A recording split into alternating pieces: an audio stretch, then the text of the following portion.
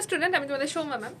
আজকে যে ইনফরমেশনটা দেবো সেটা তোমাদের আপকামিং যে কোনো এক্সামের জন্য ভীষণ দরকার লাগবে।